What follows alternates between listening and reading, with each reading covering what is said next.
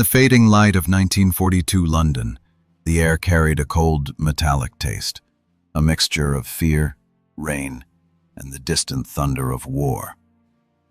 Britain's capital pulsed like a wounded heart, its people breathing through blackout curtains and the rumble of bombers overhead. Beneath this city's fractured calm, in a quiet row house on Baker Street, the newly formed Office of Strategic Services had taken root among the ruins of Europe's chaos. It was here, amid cigar smoke and the shuffle of coded dispatches, that a name first surfaced, a ghost written in invisible ink.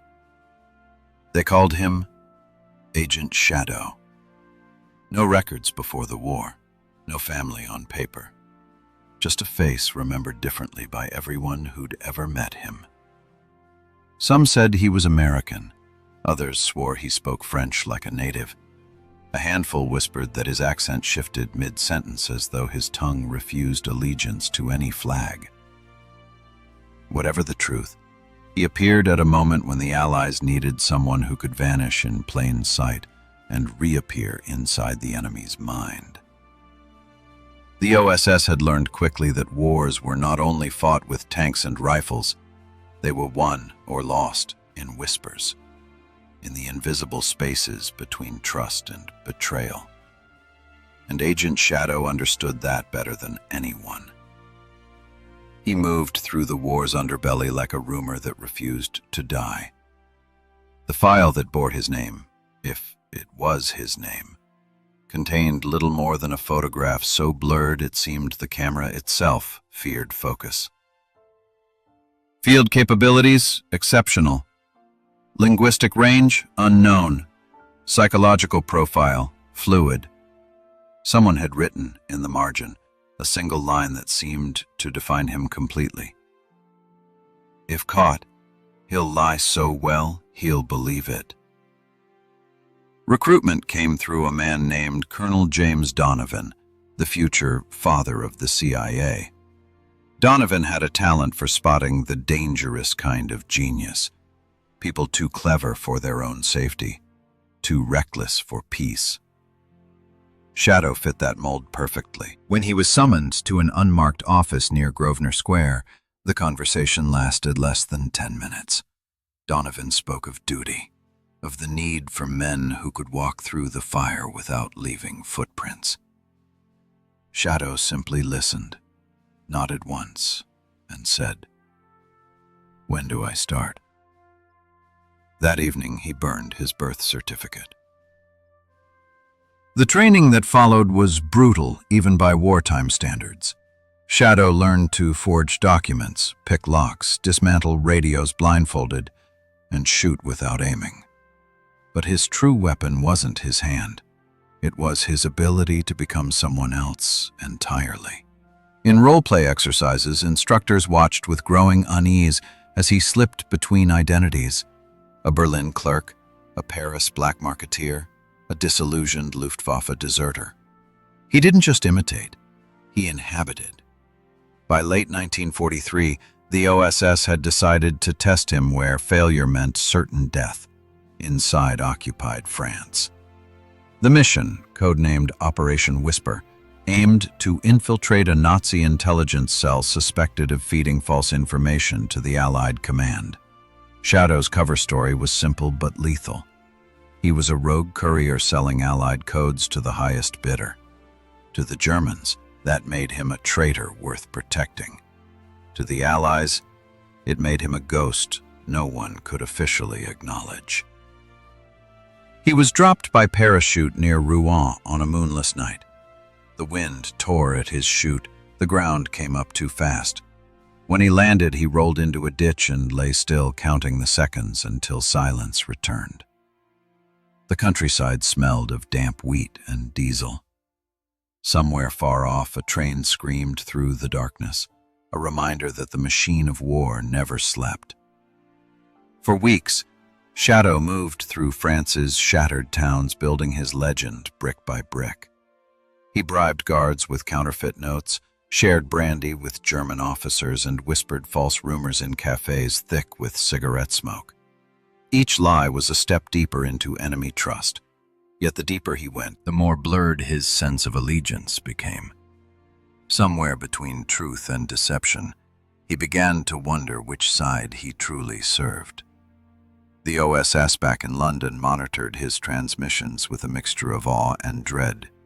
His coded reports, delivered through radio bursts that lasted only seconds, painted a picture of a man dancing on the edge of discovery. Primary cell infiltrated, confidence established, awaiting next instruction. That was all he sent for 3 months. Then the tone changed. His next message was shorter. They suspect. Adjusting narrative. After that, silence. Weeks passed before another transmission came through. When it did, the code officer who received it swore she felt her hands tremble. The message read, "Objective compromised. Betrayal imminent. Will continue in persona. If no further contact. Assume absorbed." The phrase "assume absorbed" wasn't standard procedure. In OSS terminology, it meant one of two things: captured or converted. Back in London, Donovan refused to believe the worst. He'd seen agents fold under pressure, vanish into enemy prisons, or re-emerge as double agents, but Shadow was different. "He's too deep," Donovan said quietly to his aide. "The Germans can't see him because he's already one of them." When contact resumed months later, the tone of Shadow's transmissions was colder, detached, as though written by someone observing humanity from a distance. He sent detailed intelligence on troop movements, factory outputs, and convoy routes, so precise that Allied commanders questioned how he obtained them. Some suspected he'd turned. Others argued no German double agent would risk sharing such vital data. The mystery only deepened his legend.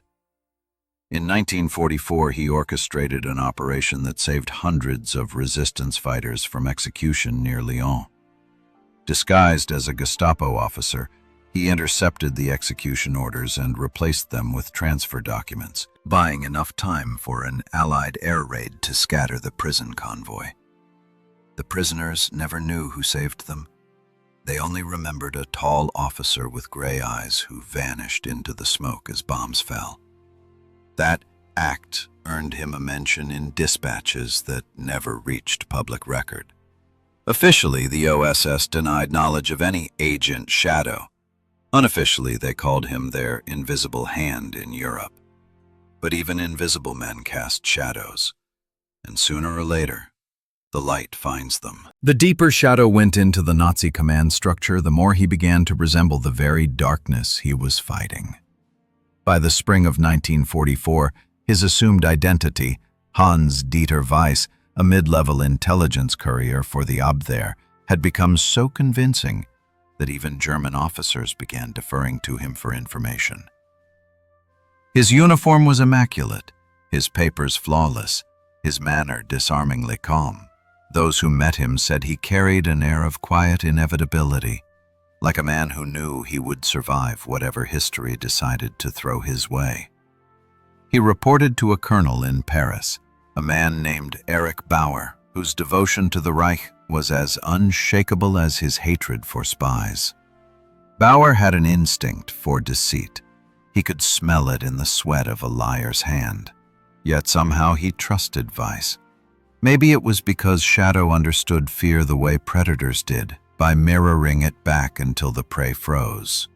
Or maybe Bauer simply wanted to believe in someone who seemed unbreakable. Under this guise, Shadow gained access to critical intelligence meant only for the highest echelons of German command. He memorized train schedules for supply convoys, blueprints for V-2 rocket sites, and the locations of secret communication hubs along the Atlantic coast. Each detail he smuggled out through coded bursts, so brief that even trained radio interceptors mistook them for static, brought the Allies closer to D-Day. But it wasn't without cost. Each week inside enemy territory stripped away another layer of who he once was. His reflection in the mirror no longer matched his mind. His voice, now perfectly German, carried none of the hesitation that once marked his American speech. He began to think in German, dream in German, curse in German. When he did slip into English, it sounded foreign even to him. Those close to him noticed a change. The resistance courier who served as his only link to the OSS, a young woman named Claire Dubois, saw the shift before anyone else. She'd first met him in a candlelit basement beneath a bakery in Rouen, where he'd handed her coded microfilm sealed inside a lipstick tube. His tone then had been clipped, professional. Months later, when they met again in Paris, he seemed distant, eyes hollow, laughter forced.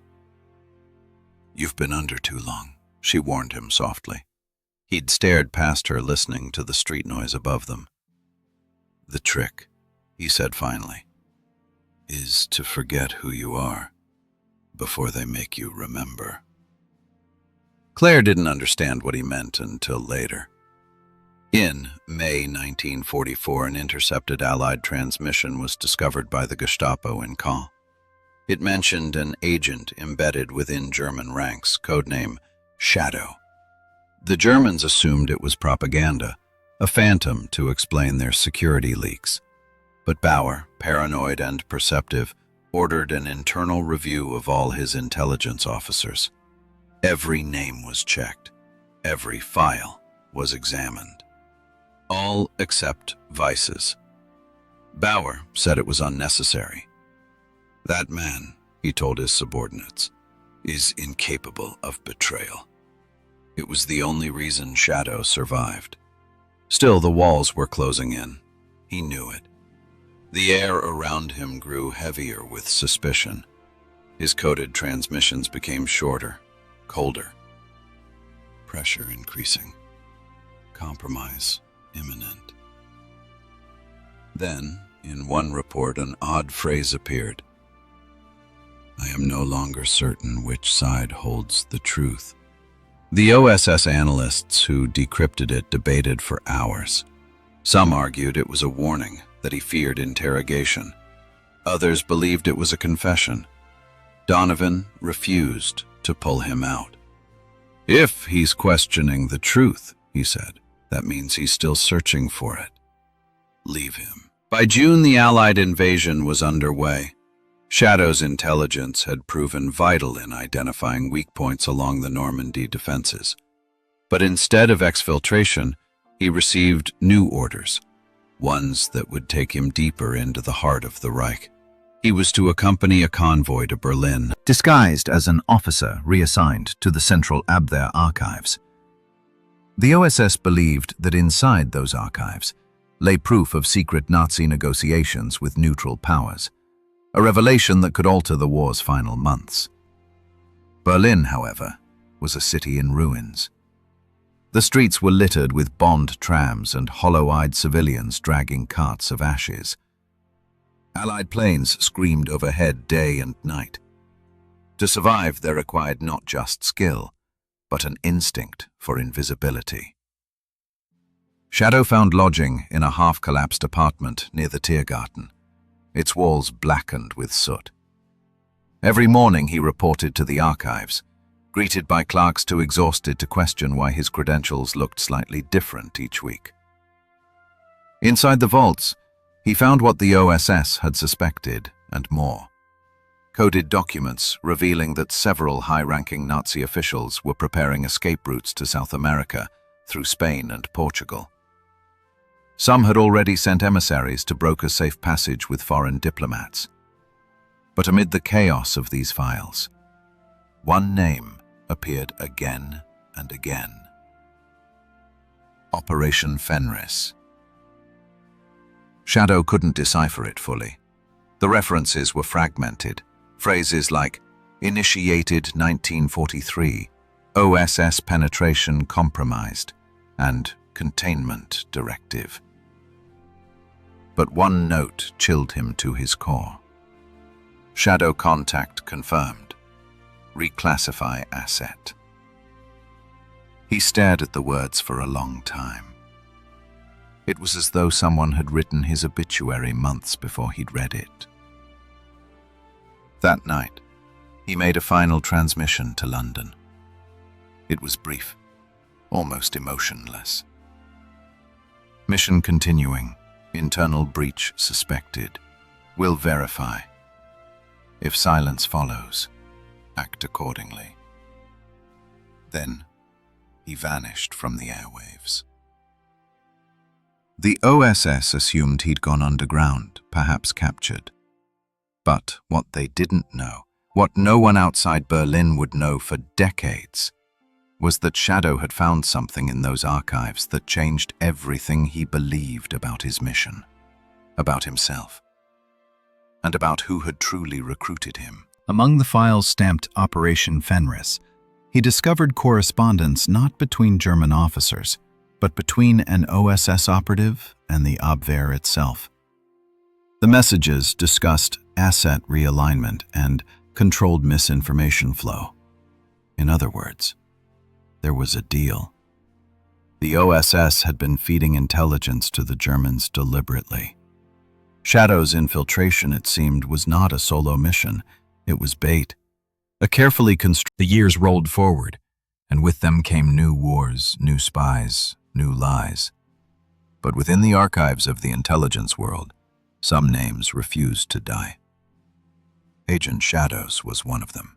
Even his files were shredded, redacted, or buried beneath layers of bureaucracy. His presence haunted footnotes, his codename flickering between classified reports like a phantom watermark. In 1965, a Soviet defector known as Mikhail Orlov crossed into West Berlin, seeking asylum. During debriefing, he told his handlers an unusual story. Years earlier, he claimed, the KGB had been contacted by an intermediary offering intelligence on both NATO and Warsaw Pact operations. The man called himself the Observer. According to Orlov, the KGB dismissed the contact at first, until they received proof. A microfilm containing internal OSS documents predating 1945, detailing infiltration techniques that had never been declassified. The man spoke of truth like it was a poison, Orlov said. He said all nations drink it eventually. When asked for a description, Orlov hesitated, then said, he was older, maybe 50, gray eyes, no accent I could place. He wore gloves. The CIA dismissed the claim as fabrication, a defector trying to buy credibility. But a quiet note from the counterintelligence director read simply, plausible, matches Shadow behavioral profile. That same year, French intelligence reopened a dormant case file titled Vice Shadow. The trigger came from a recovered notebook belonging to a deceased arms broker in Marseille. Scrawled across one page was a phrase in English, "The mirror lies, but the lie reflects true." Beneath it was a hand-drawn compass, broken, the north point missing. Claire Dubois, now nearing retirement, was asked to review the file one last time. She sat in her small Paris apartment, the notebook before her, the rain drumming against the window. For a long moment she said nothing. Then she whispered, "He's still chasing the truth." She died the following spring. Among her personal effects was a letter sealed with wax and no return address. It contained a single sheet of paper. On it, written in German, "Forgive the forgetting." The handwriting matched OSS samples attributed to Shadow. By the early 1970s, the world had changed beyond recognition. Satellites watched where spies once crawled. Information moved faster than secrets could be buried. Yet amid the machinery of modern espionage, the myth of Shadow endured.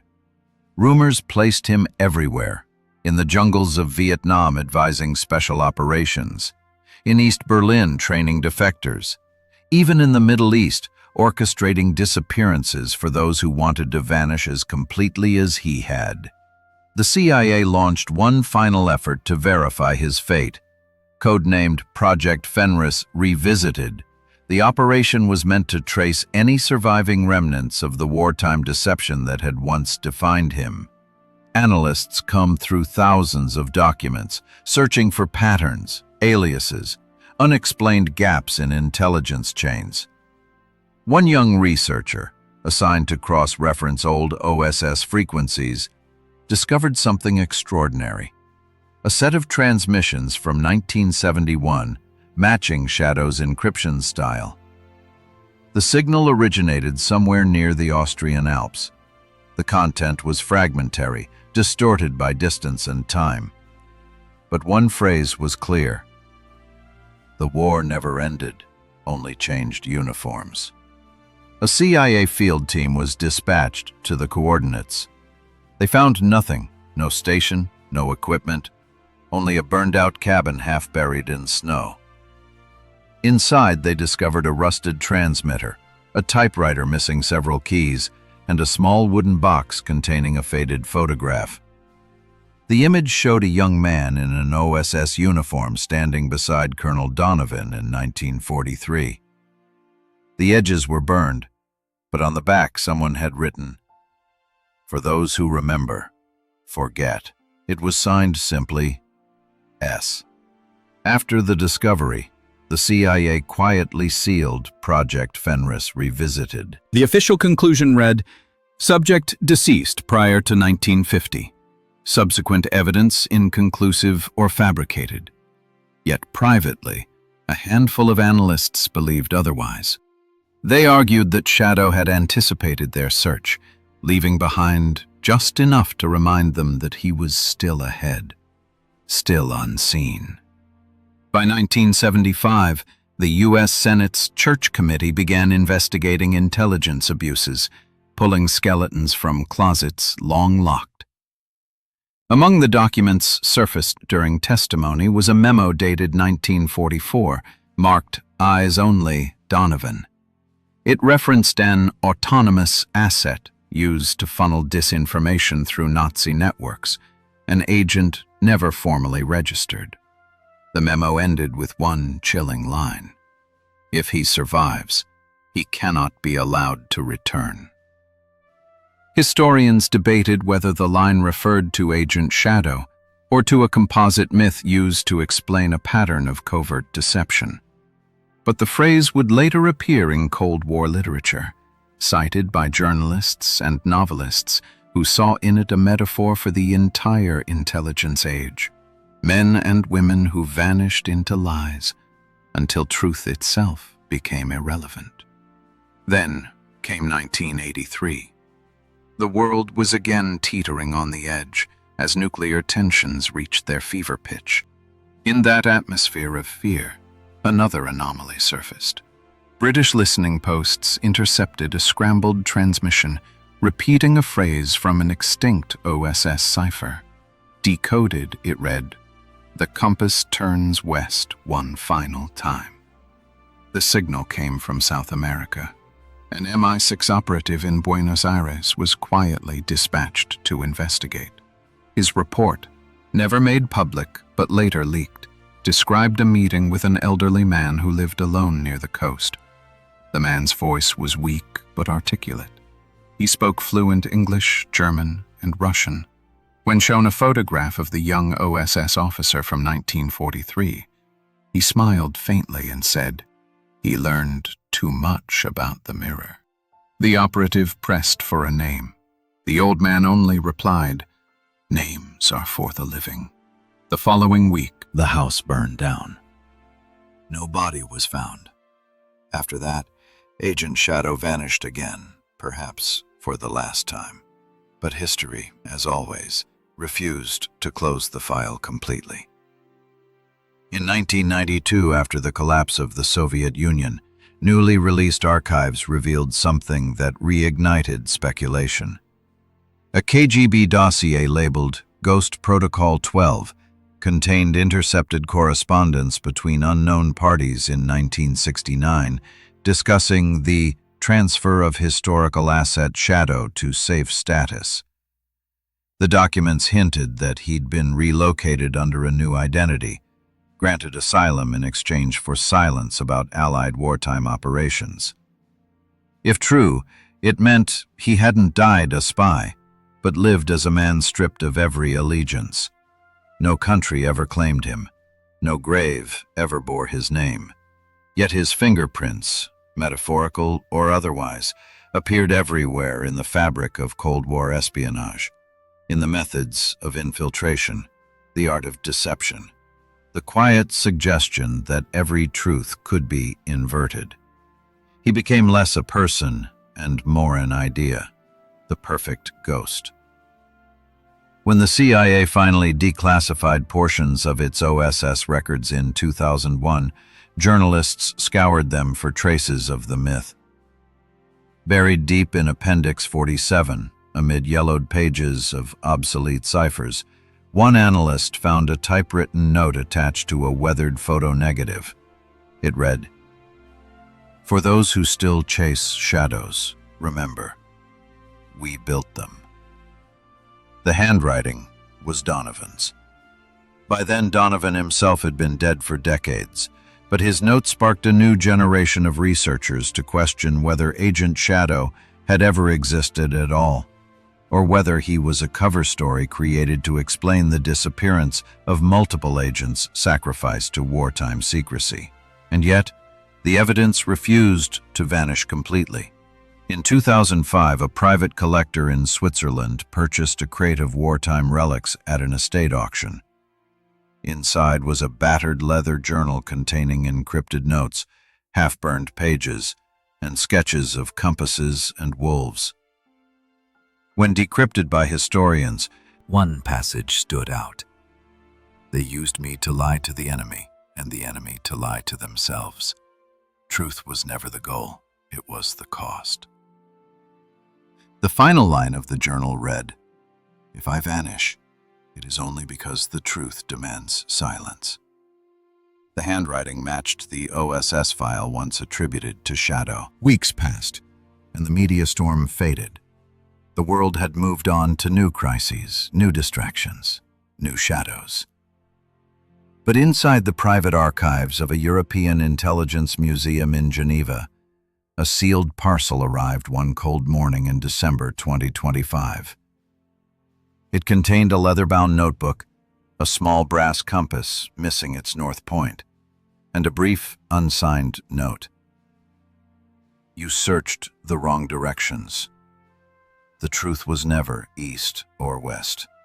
The handwriting matched Agent Shadow's verified wartime letters.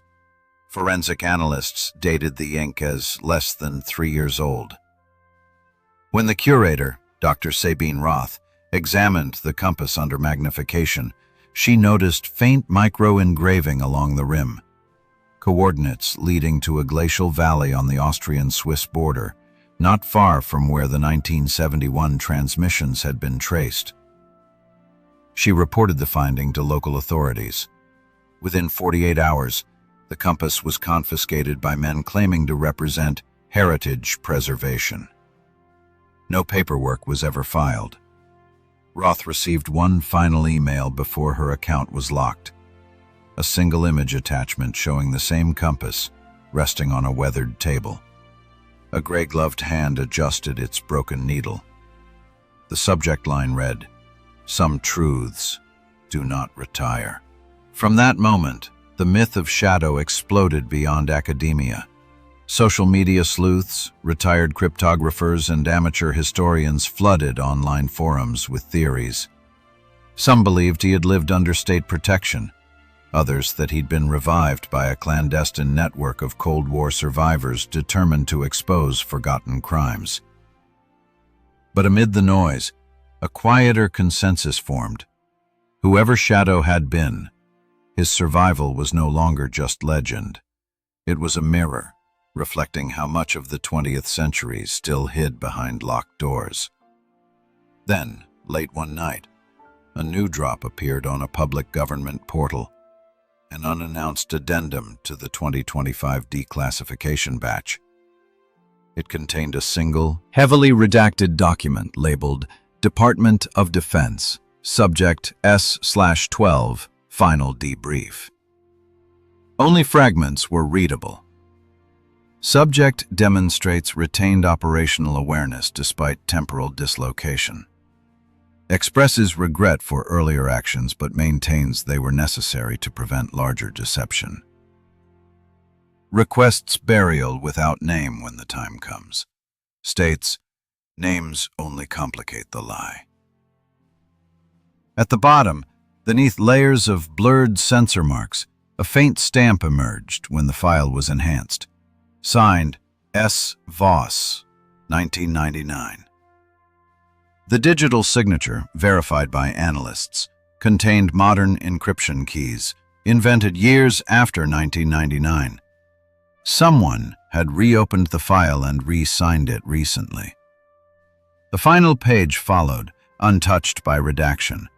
A typed message in courier font, same as those used in wartime field reports. History writes the living into silence. The dead, however, can speak without consequence. If you are reading this, then silence has failed. Below it, a closing line in smaller type. The compass turns west once more. The page timestamp, March 17th, 2025, 2:47 UTC. When confronted, the department declined comment, labeling the upload a data migration artifact. The file vanished within hours, replaced by a generic error page, but screenshots spread worldwide before deletion. In Washington, an internal audit traced the upload's origin to an access terminal in Langley, one that had been decommissioned in 2001.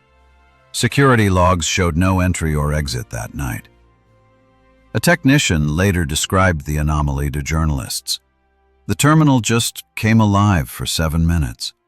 No login, no keystrokes. It typed by itself, line by line, then shut down. 7 minutes of silence. 7 minutes of typing. When they pulled the hard drive for inspection, the only surviving file fragment read, "For those who remember, forget." The same phrase found decades earlier in Shadow's cabin. And so the line between truth and legend blurred one last time. The question that had haunted intelligence officers for generations returned. Not who Agent Shadow was, but why he was never allowed to die. Some historians believe the truth lies buried in a joint vault shared by Western and Eastern agencies, a Cold War détente built on shared secrets. Others argue he became an agreement personified, the living proof that both sides had more in common than they dared admit. Whatever the reality, his echo remains in every archive, every redacted page, every unanswered transmission. The war ended long ago, yet some agents never stopped fighting. Not for nations, not for glory, but to keep the illusion intact. And somewhere out there, perhaps in a cabin rebuilt from the ashes, a man with gray eyes still listens to the static of old frequencies, waiting for the world to ask again. If the truth demands silence, what does discovery demand? Subscribe for more forgotten Cold War stories, and listen carefully. Some shadows still speak.